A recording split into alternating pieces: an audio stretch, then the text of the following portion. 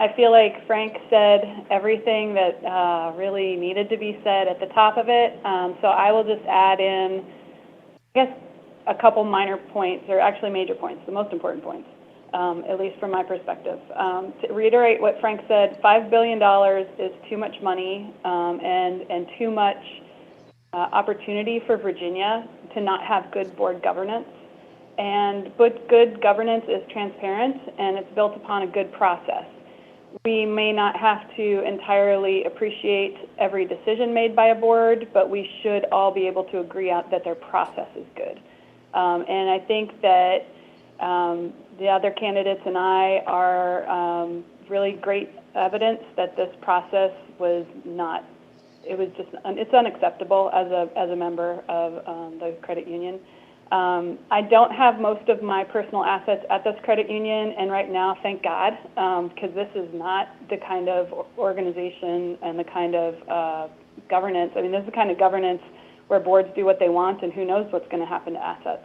So I have a small account there that I had, my daughter has 2 accounts. So I have a CPA background, and I was trying to teach my kid about personal finance and having a card and not using a card because it's not like plastic money, you have to pay your bills.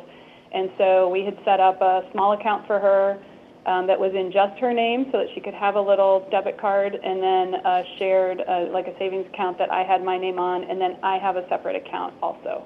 And we were just using it as a learning experience, and that was actually part of what I wanted to bring to the board in my candidacy, was to talk about using a lot of the opportunities that credit unions have at their hands to really educate the community. I feel like financial literacy is one of those pieces that is not taught as much as it probably should be.